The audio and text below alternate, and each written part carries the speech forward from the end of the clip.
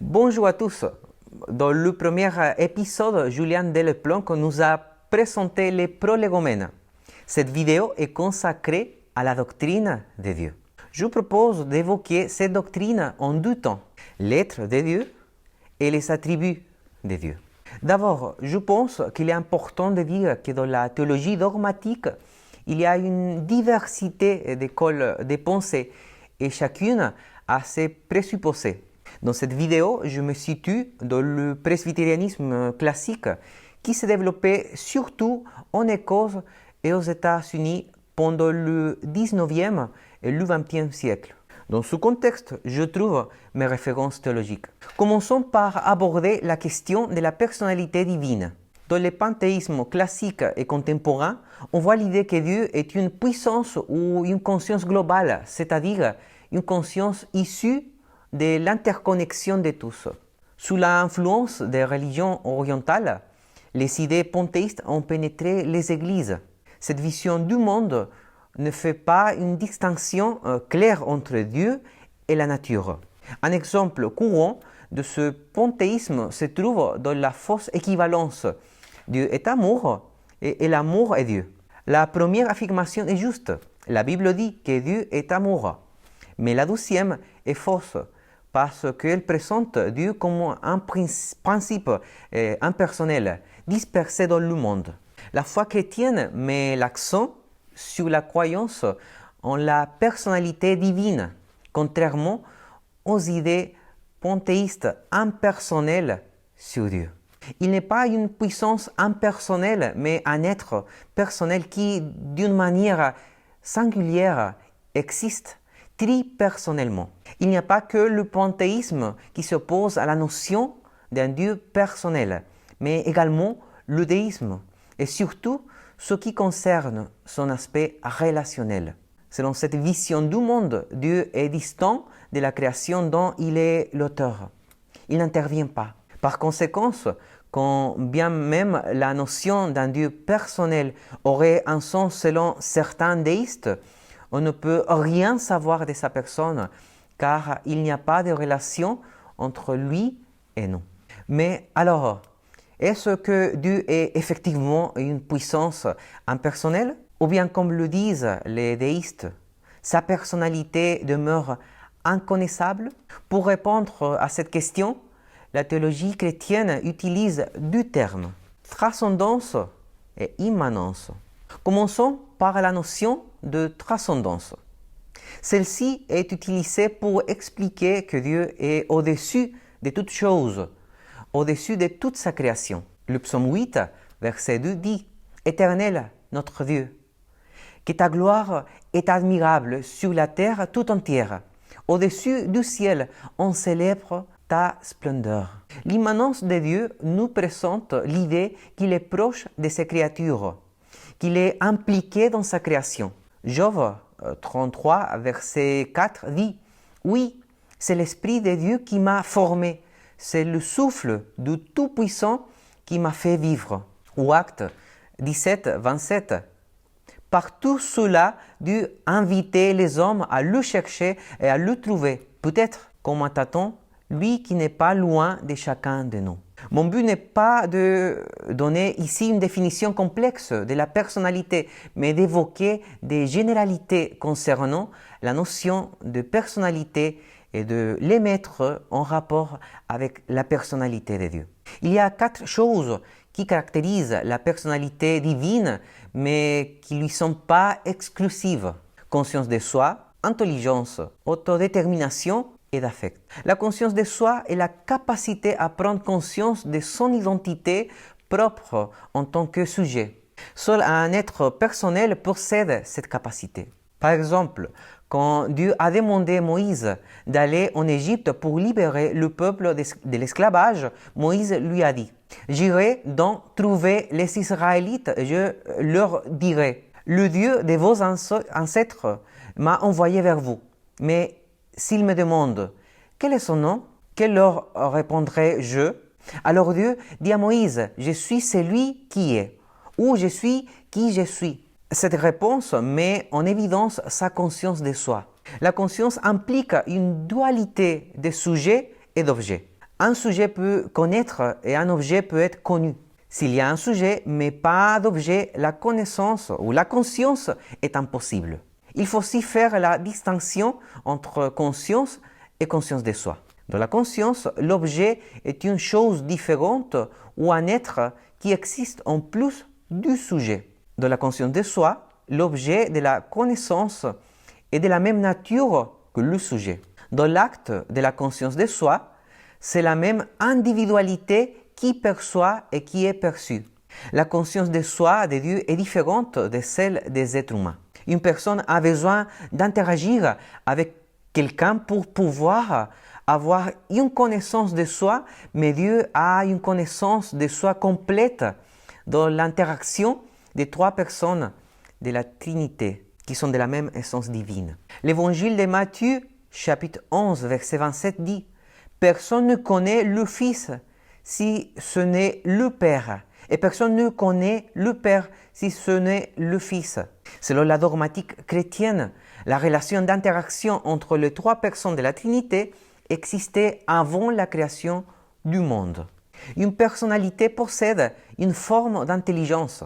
La Bible dit que l'être humain a été créé à l'image de Dieu, qu'il existe en lui l'imago Dei, parce qu'il a la capacité de connecter les choses, de comprendre la réalité, d'avoir des projets et de chercher à les faire. Dans ce point, il y a une différence radicale entre les personnes et les animaux. Même s'il existe une tendance contemporaine à humaniser les animaux et à animaliser les personnes.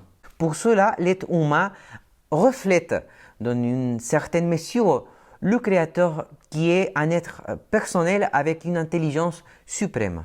Romains 11, verset 33 dit « Combien grandes sont les richesses de Dieu, combien profonde sa sagesse et sa science. Nul ne peut sonder ses jugements, nul ne peut découvrir ses plans. » Une personnalité possède l'autodétermination. Il s'agit de la capacité à regarder vers l'avenir et à préparer un plan d'action intelligent.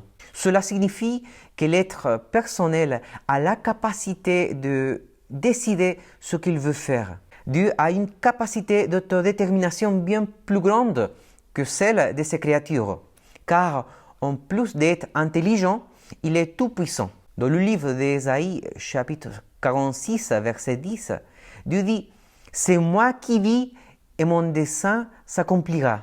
Oui, j'exécuterai tout ce que je désire. » Et le psaume 115, 3 dit « Notre Dieu est au ciel.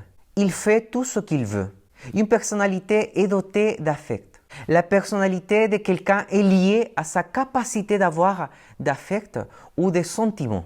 Dieu possède cette capacité d'une manière extraordinaire, ayant des sentiments de tristesse ou de joie, de douleur ou de plaisir, de haine ou d'amour. Ces affects, unis à l'intelligence et à la volonté de détermination, ne caractérisent pas globalement tous les êtres vivants, mais seulement les êtres vivants personnels. Par exemple, le monde végétal ou les cellules simples. Maintenant, je voudrais parler sur les bases bibliques de la doctrine de la Trinité. Le mot Trinité n'est pas dans la Bible.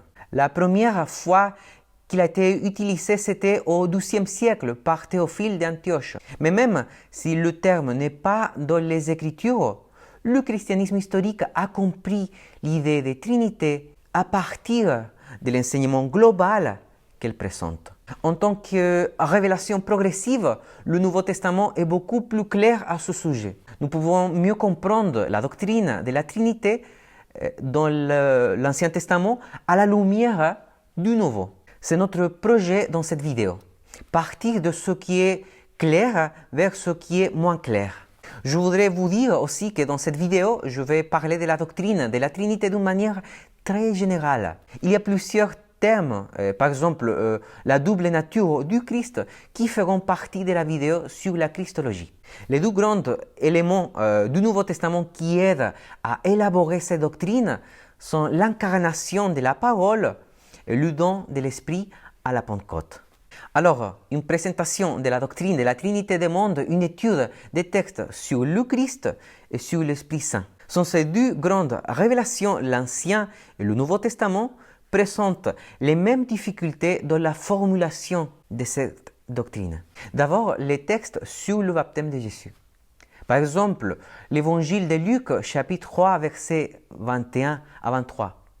Ce texte nous présente Jésus devant Jean-Baptiste, pendant que l'Esprit Saint descend comme une colombe, et en même temps, le Père dit quelque chose sur le Fils bien-aimé. Nous pouvons voir trois personnes simultanément qui ne sont pas trois modes de la même personne. Même si l'accent est mis sur le Père qui parle et le Fils qui est baptisé, nous pouvons aussi voir la présence de l'Esprit Saint. Les textes évoquant la formule liturgique prononcée au moment du baptême présentent l'unité des trois personnes de la Trinité. Par exemple, Matthieu 28, versets 16 à 20. De toutes les nations, faites des disciples, les baptisant au nom du Père, du Fils et du Saint-Esprit. Cette unité n'est pas très explicite, mais on peut comprendre l'unité de l'être divin, de le fait que les attributs sont appliqués à chacune des trois personnes de la divinité. La singularité de la formule du baptême est dans l'accent mis sur l'unité des trois personnes au nom de celui qui est baptisé. Les textes sur la bénédiction apostolique. Par exemple, 2 Corinthiens chapitre 13, verset 13. On voit dans ce texte que sont mentionnées trois personnes clairement différentes. Apocalypse 1, versets 4 et 5 nous présente les trois personnes ensemble, mais avec des nomenclatures différentes. Dans ce texte, le Père est présenté comme celui qui est, qui était et qui vient. Le Fils comme le témoin digne de foi. Le premier-né d'entre les morts. Le souverain des rois de la terre. Et l'Esprit Saint comme les sept esprits. La grâce, la paix et l'amour viennent de ce Dieu trinitaire. La bénédiction que nous pouvons voir dans le livre des Nombres 6 nous présente aussi une idée de Trinité à la lumière de l'enseignement du Nouveau Testament. Dans cette bénédiction, on voit trois fois le mot éternel et chaque fois lié à une promesse. On pourrait déduire que le texte nous présente trois fois l'éternel parce qu'il s'agit d'un Dieu tripersonnel. Ce n'est pas une lecture obligatoire de ce texte, mais une lecture pleine de sens pour un chrétien pétri du Nouveau Testament lorsqu'il relit l'Ancien. On trouve aussi les textes généraux sur la Trinité.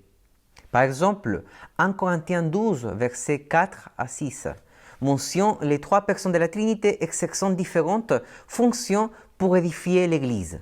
Le Saint-Esprit est celui qui distribue les dons. Le Fils est appelé Seigneur, il dirige les serviteurs. Et le Père est celui qui nous met en action. Dans Ephésiens 4, versets 4 à 6, Paul parle de l'unité de l'Église.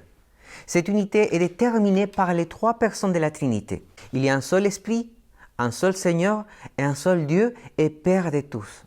Dans ce texte et celui de 1 Corinthiens, la Trinité est essentielle à la vie du corps. Sans les personnes de la Trinité, le corps ne peut fonctionner.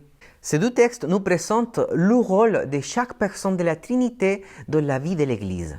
Mais 1 Pierre 1, versets 1 et 2, nous montre également l'action de la Trinité dans un sens sotériologique, c'est-à-dire dans le plan du salut. Le Père est responsable de la prédestination. Le Fils est mort sur la croix à cause de son sacrifice. Nous pouvons vivre cette rédemption. Et la purification est faite par le Saint-Esprit. Finalement, nous pouvons voir dans plusieurs textes des évangiles que Jésus dit que Dieu est son Père et que ce Père est un esprit qui a de la vie en soi. Nous pourrions aussi interpréter que le Père et lui partagent une même nature. L'ensemble de l'enseignement du Christ nous présente l'harmonie qu'il existe entre les trois personnes de la Trinité. Les bases dans l'Ancien Testament. D'abord, les textes généraux qui indiquent une pluralité de personnes. Parfois, le texte biblique dans le livre d'Ésaïe, chapitre 48, verset 16, est interprété de la manière suivante. Celui qui parle semble être la deuxième personne de la Trinité.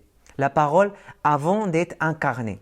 Dieu a envoyé son Fils et l'Esprit Saint pour agir dans l'histoire du monde et dans la vie personnelle de chacun. La première chose est faite par le Fils incarné et la deuxième personne par l'Esprit Saint dans le corps des pécheurs.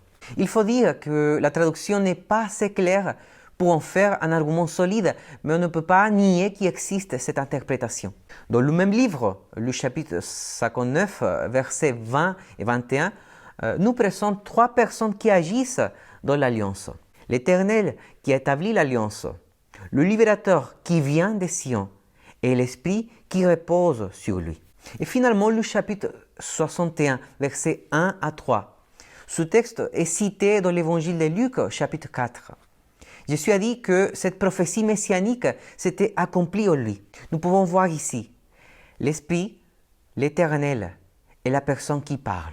Les trois personnes font partie de cette promesse scatologique, c'est-à-dire en lien avec la fin des temps. Les fondements théologiques de la doctrine de la Trinité. D'abord, nous devons faire la distinction entre essence et personne. C'est une tâche difficile parce qu'il s'agit de parler de l'être de Dieu et qu'il nous dépasse infiniment. Mais cependant, qu'il demeure incessible et inconnaissable pour nos intelligences limitées, il a lui-même décidé de se révéler pour se faire connaître. Bien qu'utile et pertinente pour décrire Dieu, nous n'avons pas beaucoup d'éléments pour parler de la Trinité d'une manière biblique sans risquer de tordre les textes bibliques. Les Écritures nous indiquent l'existence de trois personnes, mais pas la vraie nature de chacune ou comment elles sont liées les unes aux autres. Il faut donc prendre en compte le fait que la doctrine de la Trinité est le fruit d'une élaboration dogmatique. C'est-à-dire qu'il s'agit d'un travail de théologien pour rendre compte conceptuellement de ce que la Bible évoque lorsqu'elle parle de Dieu, Père, Fils et Saint-Esprit. On pourrait dire que tout conduit à la doctrine de la Trinité, mais rien ne permet de la cerner. Il y a un mystère inviolable à ce sujet. Qu'est-ce que l'essence? Dans l'histoire de la théologie chrétienne, le mot nature était souvent utilisé de manière équivalente à celui d'essence divine. Ce mot d'essence désigne ce qu'est Dieu, mais rien sur son caractère tripersonnel. Il existe un mot pour parler de ce sujet, la substance. Le mot nature désignera ce qui est commun aux trois personnes de la Trinité et non à la particularité de chacune. Il existe une seule essence ou nature en Dieu, qui est partagée par les trois personnes. La nature divine est présente dans la totalité de chaque personne et dans l'ensemble. 2 Pierre 1, verset 4 dit que nous pouvons devenir participants de la nature divine. Dans quel sens nous devons comprendre ce verset? Le théologien néerlandais Herman Bavinck dit qu'il existe une analogie entre la nature divine et la nature humaine, dans le sens que nous avons été créés à l'image de Dieu. Il y a une similitude, non pas dans l'essence, mais dans le comportement qui reflète le Créateur. Qu'est-ce que la personne? Alors que le terme essence ou nature est utilisé pour parler de l'unité de Dieu, le terme personne est utilisé pour parler des distinctions qui existent dans l'être divin. Dans la doctrine de la Trinité, une personne est celle qui a une existence réelle et différente des autres. La position contraire est connue en tant qu'unitarisme. Cette position reconnaît une seule personne en Dieu. Dans la théologie chrétienne, on affirme l'existence de trois personnes différentes qui coexistent dans l'être qui est numériquement un. La trinité ontologique, aussi appelée trinité immanente, est une manière d'évoquer ce qui concerne Dieu en lui-même. Deux choses peuvent être décrites: la singularité de la place et le rôle de chaque personne de la Trinité dans la divinité tripersonnelle, et les relations et les liens que les trois personnes entretiennent entre elles. Si vous aimez les termes compliqués, on parle de hypostase pour décrire chaque personne de la Trinité et on parle de la périchorèse pour décrire leurs liens et leurs relations. La doctrine biblique de la substance des trois personnes en une seule essence permet de comprendre comment la conscience de soi pour Dieu lui-même est indépendante de la création de l'univers. Avant que le monde existait comme quelque chose de différent et d'extérieur à Dieu, Dieu vivait déjà son être relationnel à travers les relations trinitaire. La doctrine de la substance tripersonnelle peut être défendue par les opéras ad intra, c'est-à-dire les œuvres qui se produisent au sein de l'être divin. Ces œuvres se produisent indépendamment de toute autre relation avec quelque chose d'extérieur au divin. Elles ne sont pas le résultat de la volonté de Dieu exercée sur sa création. Dieu n'a pas exercé sa volonté pour être ce qu'il est. Et il n'y avait pas non plus de temps où Dieu n'a pas été ce qu'il a toujours été. Par conséquent, ces œuvres n'ont rien à voir avec le décret de Dieu. Les opéras ad intra sont liés à la paternité de Dieu et à l'engendrement éternel du Fils par le Père et à la procession de l'Esprit. D'abord, la paternité. La paternité est une œuvre exclusive de la première personne de la Trinité. Quand quelqu'un devient Père, son essence ne change pas, elle reste la même. Cela s'applique aussi à Dieu.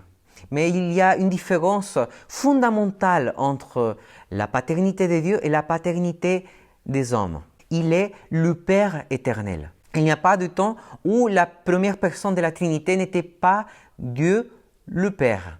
La filiation, cette caractéristique est unique et exclusive du Fils. C'est seulement la deuxième personne de la Trinité qui est le Fils, pas l'Esprit. La formule théologique classique utilisée est que le Fils est éternellement engendré par le Père. Cette formule a été adoptée par le Concile de Nicée en 325 à la suite du combat contre l'arianisme. Ce courant affirmait que le Christ avait été créé par la volonté de Dieu avant la création. Dans cette optique, le Christ est subordonné à Dieu. Le symbole de Nicée et Constantinople complétera les affirmations du Concile de Nicée en affirmant « Il est Dieu, né de Dieu, lumière née de la lumière, vrai Dieu, né du vrai Dieu, engendré, non pas créé, de même nature que le Père, ou consubstantiel au Père. » La procession. Ce n'est pas à la Pentecôte que l'Esprit est apparu. Comme le Père et le Fils, l'Esprit Saint est éternel. La théologie chrétienne dit qu'il procède du Père et du Fils. Dans ce sens, la Bible nous présente parfois l'Esprit Saint comme l'Esprit de Dieu ou aussi comme l'Esprit du Christ. Ce n'est pas un sujet sur lequel il y a un accord total. L'Église d'Orient utilise la version grecque du symbole de Nicée-Constantinople qui affirme que l'Esprit Saint procède seulement du Père. L'Église catholique romaine et les églises protestantes ont adopté la formule du filioque, c'est-à-dire la version latine qui affirme que l'Esprit Saint procède du Père et du Fils. L'Église d'Occident a adopté la notion de filioque sur la base de l'Évangile de Jean, chapitre 16, verset 7, où on voit que Jésus va envoyer le Paraclétos, que dans le christianisme était associé avec la notion d'Esprit Saint. Le mot procession dans la théologie de l'Église d'Occident ne doit pas être compris comme l'origine du Saint-Esprit, mais désigne plutôt la manière dont l'Esprit Saint se rapporte éternellement au Père et au Fils. Les enseignements sur les opéras ad intra sont fondamentaux pour soutenir ou pour comprendre la doctrine des distinctions personnelles dans le divin. Trinité économique ou plutôt l'économie de la Trinité. Le mot économie est lié à la façon dont les personnes de la Trinité font les choses.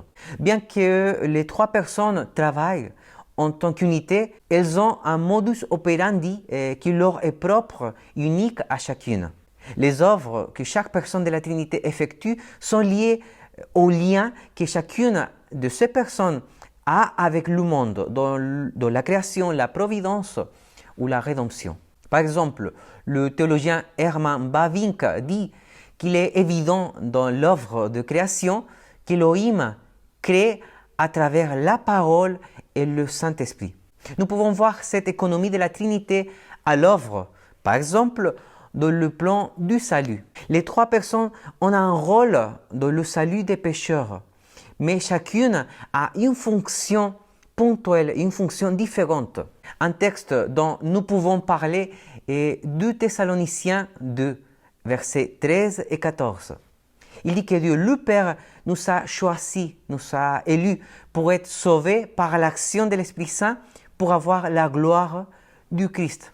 Nous pouvons aussi constater l'économie de la Trinité dans l'inspiration des Écritures. Cette notion d'inspiration est classique dans la théologie protestante. Elle est présente dans les grands textes des réformateurs et dans les grandes confessions des foi protestantes du XVIe et XVIIe siècle. Par exemple, Martin Luther a dit « Les Écritures sont divines. En elles, Dieu parle. En elles sont sa parole.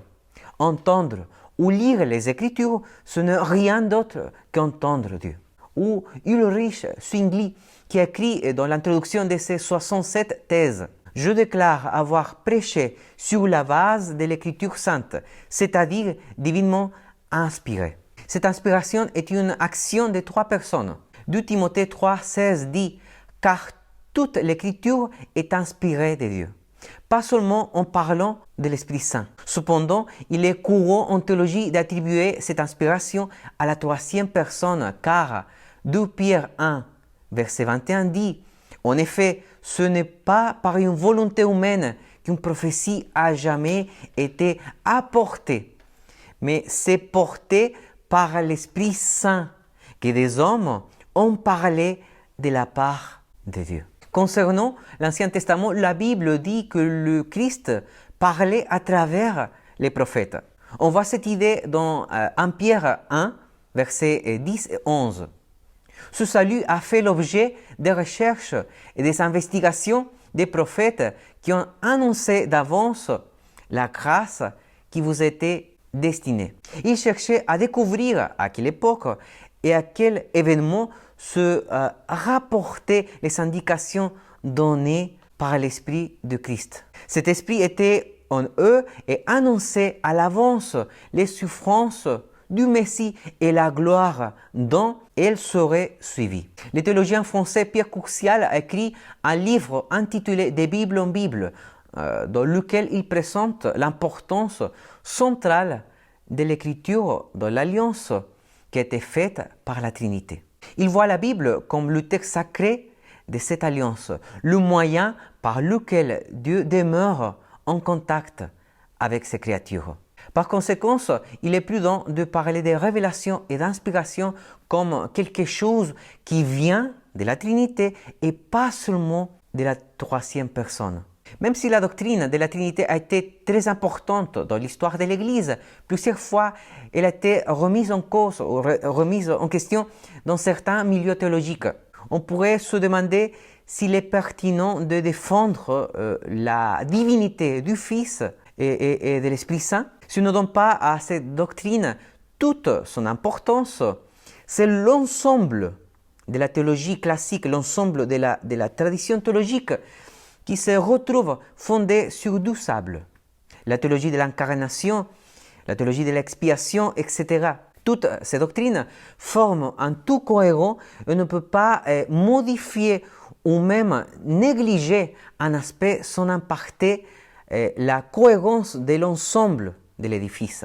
Les tentatives des théologiens pour s'écarter de cette doctrine quasi unanime acceptée n'ont jamais donné lieu à des entreprises réellement systématiques et convaincantes. Il y a un consensus entre les différentes confessions chrétiennes pour estimer la toute première importance de la doctrine de la divinité du Christ et de la Trinité.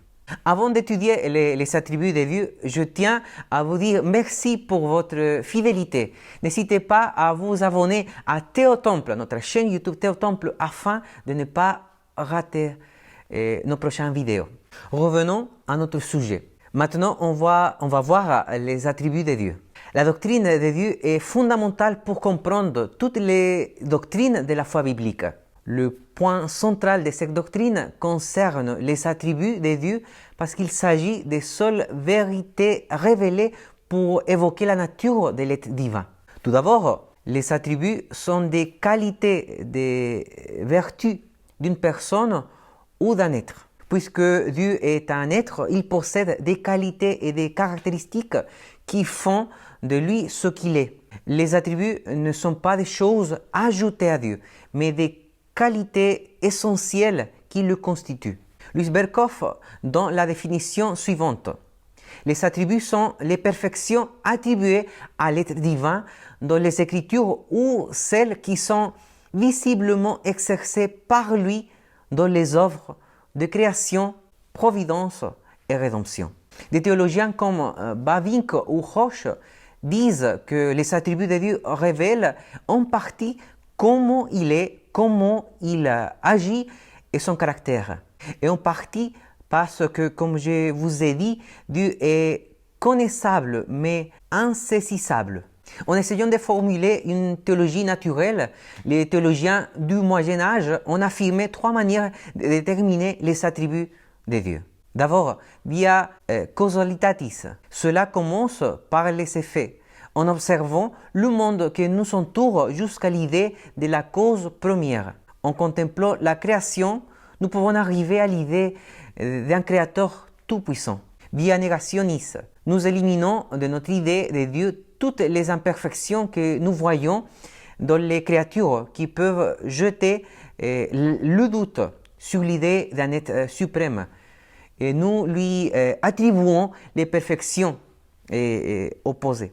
Via eminentiae, nous attribuons à Dieu dans une plus grande mesure les perfections relatives que nous voyons en nous-mêmes.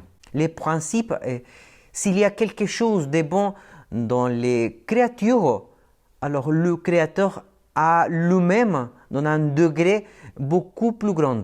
Cette méthode scolastique est a priori car elle déduit les perfections de Dieu de la notion anticipée d'un être parfait. L'autre méthode est a posteriori, elle est le résultat de notre examen de la révélation divine.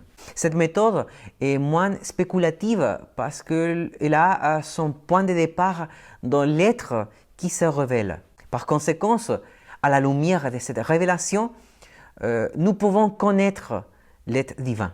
Différentes classifications ont été proposées dans l'histoire de la théologie dogmatique. Les attributs naturels et les attributs moraux. Les attributs naturels sont ceux qui ne dépendent pas de Dieu, tels que l'auto-existence, la simplicité, l'infinité. Les attributs moraux sont ceux qui caractérisent Dieu en tant qu'être moraux. Bonté, vérité, miséricorde, justice, sainteté, etc. La principale objection à cette classification est que tous les attributs sont naturels en Dieu.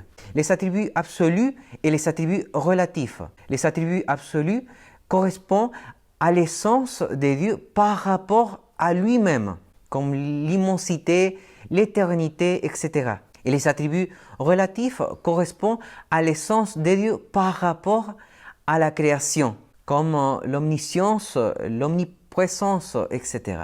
L'objection contre cette classification est que toutes les qualités de Dieu ont un rapport avec le monde qu'il a créé, même s'il existait déjà en Dieu avant la création du monde. Les attributs immanents et les attributs transcendants. Les attributs immanents sont ceux qui n'opèrent pas en dehors de l'essence divine, immensité, simplicité, éternité. Et les attributs transcendants sont ceux qui produisent des effets extérieurs à lui, sa toute-puissance, justice, etc.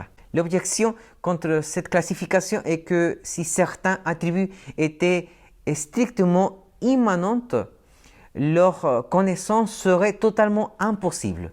Et finalement, les attributs communicables et les attributs incommunicables. Les attributs communicables sont ceux qui trouvent une signification chez les êtres humains. Ces attributs sont en quelque sorte transmis aux êtres humains et sont liés à l'être personnel de Dieu. Amour, justice, puissance, etc. Ces attributs nous indiquent le Dieu révélé. Les attributs incommunicables sont ceux qui ne trouvent aucune analogie dans l'être humain et qui sont liées à l'être absolu de Dieu. Immensité, simplicité, etc. Ces attributs nous indiquent le Dieu caché. Je voudrais utiliser cette dernière classification. D'abord, je vais parler des attributs incommunicables. Les attributs incommunicables sont ceux qui distinguent Dieu en tant que tel. Ces attributs sont sa marque distinctive. Ils ne peuvent pas être transférés aux êtres humains à cause de leur finitude. Les théologiens de l'orthodoxie protestante ont compris l'impossibilité pour Dieu de transmettre ses qualités aux hommes. Ils ont utilisé un axiome qui exprime cette idée. Ce qui est limité ne peut pas contenir l'infini. Il voulait dire que les êtres humains sont incapables de saisir, de comprendre ou de recevoir ce qui est infini. Ces attributs présentent le caractère unique de Dieu. Maintenant, je voudrais parler de certains attributs incommunicables. D'abord, la spiritualité de Dieu.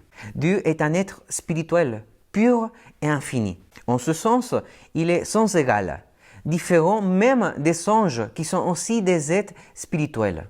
Dans la conversation de Jésus avec la femme samaritaine, il parle lui-même de la nature de son Père.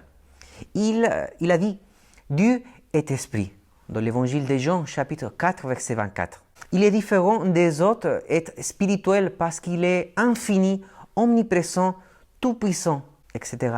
Si Dieu n'était pas un être spirituel, il ne pourrait pas être créateur. La création du monde est appelée ex nihilo, c'est-à-dire que l'acte créateur de Dieu a fait surgir le monde sans matière préexistante. Seul un esprit infini a pu créer de la matière et des esprits finis. La matière est limitée, dépendante du temps, tout comme les êtres spirituels finis. Ils sont tous, eux, un commencement. Seul un Dieu esprit infini peut être le créateur. Si Dieu n'était pas un être spirituel, il ne serait pas infini. Tous les corps ont une nature limitée. Si Dieu avait un corps, il serait composé des parties avec ses limites. Mais Dieu a une essence qui va au-delà des limites de la création. Si Dieu était composé de différentes parties, toutes ces parties ne pourraient pas former un être infini. Et ce qui est infini ne peut pas être divisé. Si Dieu n'était pas un être spirituel, il ne serait pas autonome. Un être avec un corps est un être composé et tout ce qui est composé dépend intégralement de toutes les parties. De la même manière que l'essence de l'être humain dépend de l'union de l'esprit et du corps, sinon il se serait d'être ce qu'il est, ainsi Dieu dépendrait des différentes parties le constituant pour un être ou pour être Dieu. Le Dieu que la Bible présente dit « Je suis le premier et je suis le dernier ». Il n'y a rien avant et après lui. Dieu ne dépend de rien et cependant tout dépend de lui. Si Dieu n'était pas un être spirituel, il ne serait pas omniprésent. Jérémie 23, 24 dit « Quelqu'un dit l'Éternel, pourrait-il se cacher dans un endroit secret sans que moi je le voie? Ne suis-je pas celui qui remplit ciel et terre ?» demande l'Éternel. Cette caractéristique est impossible pour un être avec un corps, qui est limité dans l'espace et dans le temps. Si Dieu est partout, alors Dieu doit être spirituel. En plus d'être incorporel, Dieu a trois caractéristiques qui sont essentielles dans sa nature. Il est un être invisible, immortel et simple. Comme Dieu n'a pas un corps, il est invisible. 1 Timothée 1, verset 17 dit « Au roi éternel, immortel, invisible, au seul Dieu, soit honneur et gloire pour l'éternité. » Amen. Il n'est pas seulement invisible, mais aussi imperceptible à nos sens. On sent le vent car son invisibilité ne l'empêche pas d'avoir un contact physique avec les êtres corporels.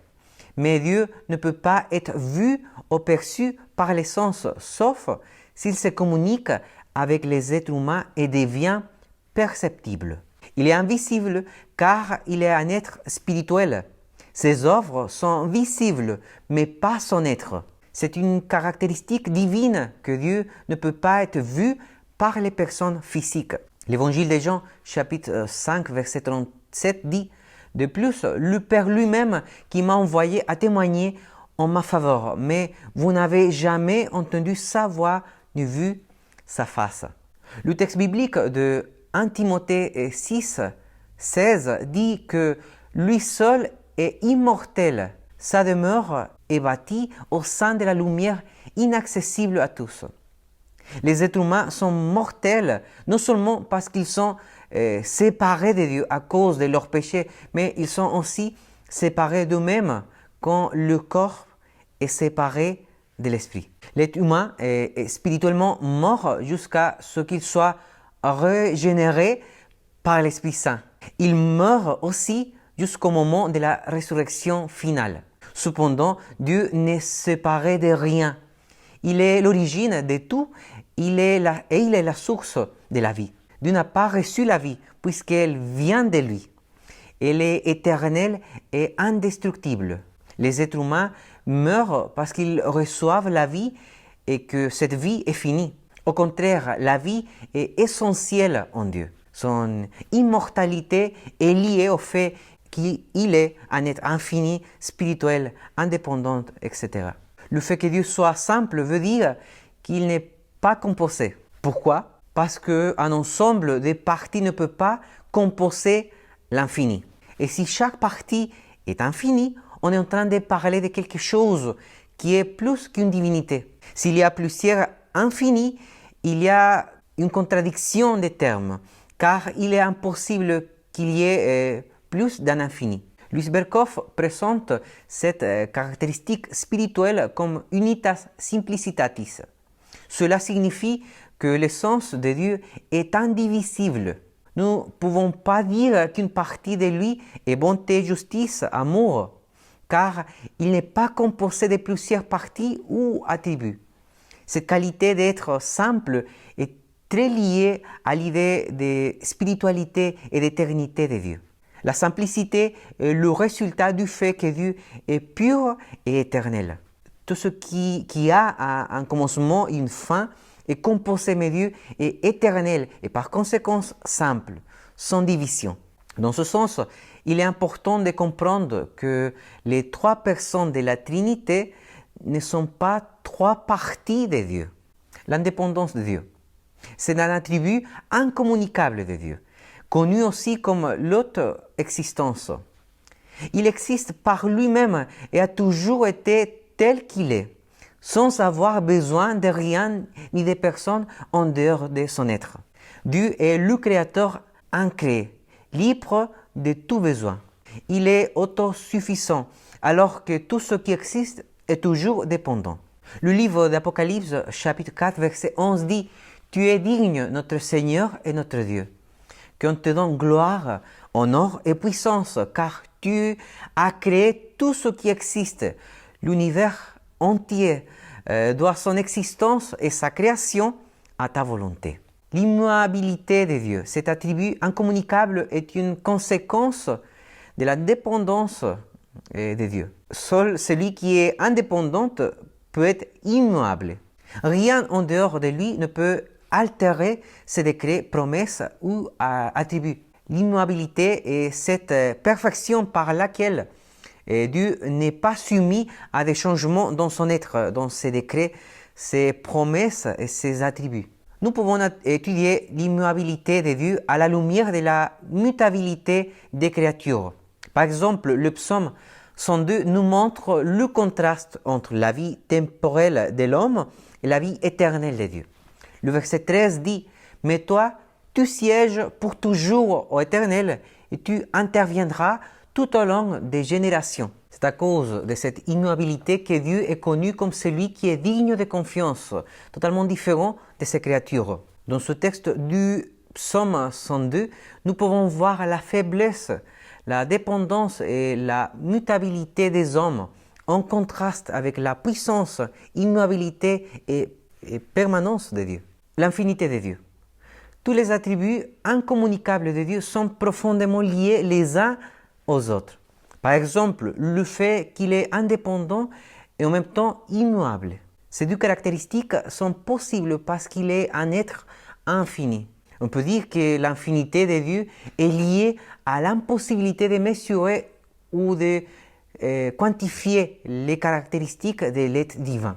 C'est un attribut qui définit tous les autres. Louis Berkhof le présente en disant que l'infinité de Dieu est cette perfection par laquelle il est libre de toutes les limitations. Cet attribut a deux sens. Quand on le voit en relation avec le temps, on l'appelle éternité. Et quand on le voit en relation avec l'espace, on l'appelle omniprésence. Les patriarches de l'Ancien Testament croyaient en l'éternité de Dieu. Genèse 21, 33 dit « Abraham planta un tamaris à Beersheba et il invoqua l'Éternel, le Dieu d'éternité. » Ou le psaume 90, verset 2 dit « Avant que soient nées les montagnes et que tu aies créé la terre et l'univers, et pour toute l'éternité, toi, tu es Dieu. » Cette croyance en l'éternité de Dieu a traversé l'histoire à travers les Écritures, étant beaucoup plus claire dans les écrits apostoliques. Romains 16, 25 et 26 dit « Selon la révélation du plan de Dieu, tenu secret pendant des siècles passés et qui s'accomplit de façon manifeste de nos jours.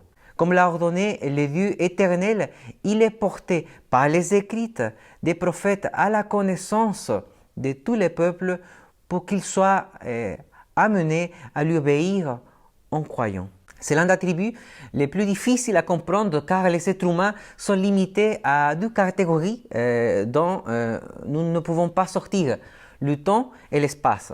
Dans tout ce que nous faisons, parlons ou imaginons, ces deux catégories apparaissent. Cependant, quand nous parlons de Dieu, on ne peut pas le mesurer avec nos mêmes catégories d'espace et de temps. Si les attributs incommunicables mettent l'accent sur l'être divin, les attributs communicables indiquent la nature personnelle de Dieu. Il nous présente son attitude relationnelle envers ceux qui sont en dehors de l'être divin. Le terme communicable indique que nous pouvons trouver dans notre personnalité les traces d'attributs divins. Dieu nous a créés et nous a communiqué ces attributs bien que nous, ils aient les limites de la nature humaine. Nous pouvons classer les attributs communicables en trois types, intellectuels, moraux et de souveraineté. Par exemple, dans les attributs intellectuels, on trouve la connaissance, la sagesse, la véracité. Dans les attributs moraux, la bonté, l'amour, la patience, la miséricorde, la grâce, la sainteté et la justice. Et dans les attributs de souveraineté, on trouve la volonté ou le pouvoir souverain, la puissance. Je voudrais finir en parlant juste des trois attributs communicables, la connaissance, l'amour et la puissance. Il y en a d'autres et on pourrait parler pendant des heures, mais dans cette vidéo, je voudrais me concentrer sur ces trois-là. D'abord, la connaissance. Louis Berkhof définit la connaissance de Dieu comme cette perfection divine par laquelle il se connaît soi-même et il connaît toutes choses possibles et réelles dans un acte simple et éternel. La connaissance de Dieu a différents noms selon l'objet connu. Concernant les faits présents, on parle de simple connaissance ou vision. S'il s'agit du passé, on l'appelle mémoire. Concernant l'avenir, on parle de préscience. Et par rapport à l'universalité des objets, on l'appelle omniscience. Bien qu'elle présente certaines similitudes avec la connaissance humaine, la connaissance de Dieu diffère considérablement de plusieurs manières. Elle englobe tout et elle est aussi exhaustive, infinie, intuitive et simultanée. Dieu connaît toutes les circonstances. Un théologien puritain du XVIIe siècle qui s'appelait Stephen Charnock disait que Dieu se connaît soi-même, ses actions, toutes ses créatures et toutes leurs pensées. Sa compréhension est surtout toute compréhension. Son esprit est sur tout esprit, lumière de lumière. Et il ne connaît pas seulement toutes les circonstances, mais il les connaît aussi de manière exhaustive. Dieu n'a pas une connaissance partielle. C'est pour cela que le psaume 147, verset 5 dit « Notre Seigneur est grand, puissant par sa force, son intelligence est sans limite. » Sa connaissance est infinie dans le sens qu'elle est au-delà de toutes les choses créées. Nous devons comprendre qu'exhaustive ne signifie pas la même chose qu'infini. Pourquoi? Théoriquement, nous pouvons connaître une chose de manière exhaustive, mais ce sera toujours une connaissance limitée. La connaissance intuitive de Dieu signifie qu'il n'utilise pas des moyens ou des instruments pour savoir quoi que ce soit. Dieu n'a pas de connaissances a posteriori comme celle des personnes. Et finalement, la connaissance de Dieu est simultanée car il voit les réalités dans leur totalité et pas de manière successive. C'est une connaissance complète et entièrement consciente. Maintenant, je voudrais parler de l'amour de Dieu. Ça, c'est un attribut très connu et sur lequel on parle beaucoup dans des prédications, des chants, des livres, etc. Et c'est pour cette raison qu'il est fondamental d'avoir une idée juste sur cette notion. Pour certains, cet attribut est tellement important qu'il est fini pour devenir un objet d'idolâtrie. Il n'est pas exact que l'amour soit l'attribut le plus important de Dieu, mais il s'agit certainement de la manière la plus douce dont il dispose pour montrer sa bonté, surtout quand il s'agit de la rédemption des pécheurs. On peut classer cet amour en deux types, l'amour ad intra et l'amour ad extra. L'amour ad intra est l'amour que Dieu a pour lui-même. Par exemple, l'amour du Père envers le Fils ou l'amour du Fils envers le Père. Vous vous rappelez de notre point sur la Trinité ontologique ou immanente? Nous avions parlé de la périchorèse, des hypostases, c'est-à-dire des relations au sein de la Trinité. L'évangile de Jean, chapitre 3, verset 35 dit « Le Père aime le Fils et a tout remis entre ses mains ». Et dans le même évangile, le chapitre 14, verset 31, « Il faut que le monde reconnaisse que j'aime le Père et que j'agis conformément à ce qu'il m'a ordonné ». En ce qui concerne ad extra, il s'agit de l'amour que Dieu a pour ses créatures. Il se manifeste en dehors de l'être divin. On va parler sur l'amour de Dieu et sur le salut d'une manière beaucoup plus détaillée dans la vidéo de sotériologie. Finalement, pour conclure cette vidéo, je voudrais parler de la puissance ou de la toute puissance de Dieu. La doctrine de la omnipotence divine doit être définie d'une manière très juste. Pourquoi? Parce que quand nous parlons de la puissance de Dieu, peut-être qu'il nous vient en tête son autorité, mais ce n'est pas la même chose. De la même manière qu'il existe une différence entre connaissance et sagesse, il y a une différence entre puissance et autorité. La puissance de Dieu est sa capacité à réaliser ce qu'il veut et détermine, que ce soit physiquement, moralement ou spirituellement. C'est sa capacité d'action toute puissante qui est en lien avec sa volonté. Cependant, la puissance n'est pas la même chose que l'action, mais la capacité de transformer une idée en action. On entend parler très souvent de la puissance de l'Esprit, mais la puissance de Dieu est partagée de la même manière par les trois personnes de la Trinité. Parce que toutes les trois partagent la même essence divine. On voit la puissance du Père dans l'évangile de Luc, le chapitre 1, verset 35.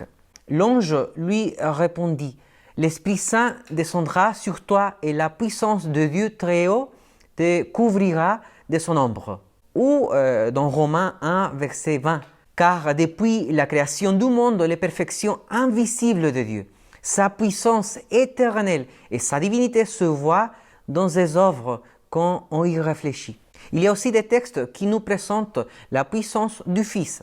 L'évangile de Marc, chapitre 13, verset 26, dit « Alors on verra le Fils de l'homme venir sur les nuées avec beaucoup de puissance et de gloire. » Ou Apocalypse 5, verset 12. « Il est digne l'agneau qui fut égorgé de recevoir la puissance, la richesse, la sagesse et la force, l'honneur et la gloire et la louange. » Et finalement, il y a aussi des textes qui nous présentent la puissance de l'Esprit Saint. Par exemple, l'évangile de Luc, le chapitre 4, verset 14 dit « Jésus, rempli de la puissance de l'Esprit, retourna en Galilée. » Ou le livre des Actes, chapitre 1, verset 8 « Mais le Saint-Esprit descendra sur vous, vous recevrez sa puissance et vous serez mes témoins à Jérusalem, dans toute la Judée et la Samarie et jusqu'au bout du monde. » En même Romains, le chapitre 15, verset 19, « Par sa puissance qui s'est manifestée dans les miracles et les prodiges, par la puissance de l'Esprit de Dieu. » Dans la théologie chrétienne, on fait une distinction à propos de la puissance de Dieu, et ceci de deux manières. La puissance absolue et la puissance ordonnée. D'abord, sur la puissance absolue ou potentia Dei absoluta, Stephen Charnock dit quelle est cette puissance par laquelle Dieu peut faire ce qu'il va pas faire, mais qu'il est possible pour lui. Un exemple de ce type de puissance, on le trouve dans un discours de Jean-Baptiste, dans l'évangile de Matthieu, le chapitre 3, verset 9. Jean-Baptiste dit « Regardez ces pierres, je vous déclare que Dieu peut en faire des enfants d'Abraham. » Richard Müller dit que la puissance absolue, c'est la puissance de Dieu limitée uniquement par la loi de nos contradictions. Le terme met l'accent sur la transcendance et l'omnipotence de Dieu, en le plaçant même au-dessus et au-delà des lois qu'il a ordonnées. Et Charles Hodge interprète cette idée de puissance absolue comme son efficacité sans l'intervention des causes secondaires.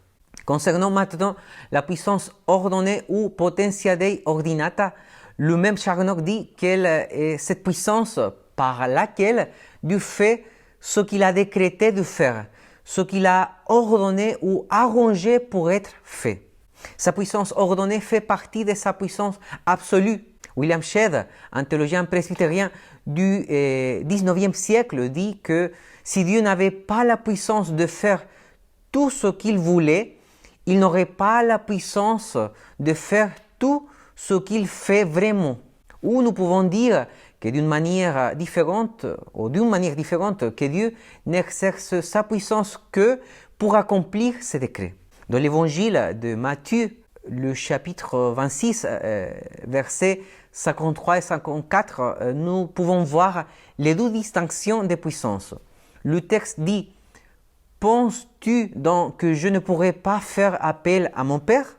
À l'instant même, il enverrait des dizaines de milliers d'anges à mon secours. » Ici, nous voyons la puissance absolue. Mais alors, comment les Écritures qui annoncent que tout doit se passer ainsi s'accompliraient-ils? Et ici, nous voyons la puissance ordonnée. Et voilà, j'arrive à la fin de cette vidéo sur la doctrine de Dieu. N'hésitez pas à voir la première vidéo de cette série de dogmatiques consacrée à l'étude des prolégomènes.